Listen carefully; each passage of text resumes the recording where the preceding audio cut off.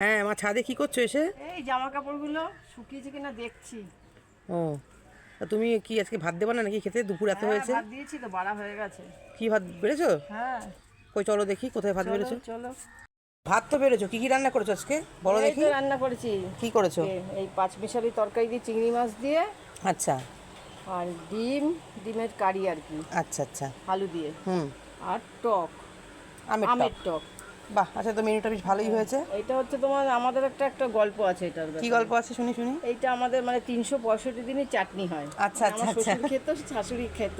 আচ্ছা। এখন যেহেতু না শাশুড়ির বয়স হয়ে ডাক্তারের বারণ আছে, তাই মাঝে মাঝে বাদ দিয়ে দিই। তবু আজকে আবার করেছি। বাহ, এই সবজিটা বেশ ভালো লাগে, চিংড়ি মাছ দিয়েছো না? হ্যাঁ হ্যাঁ হ্যাঁ, বেশ ভালোই লাগে দেখতে।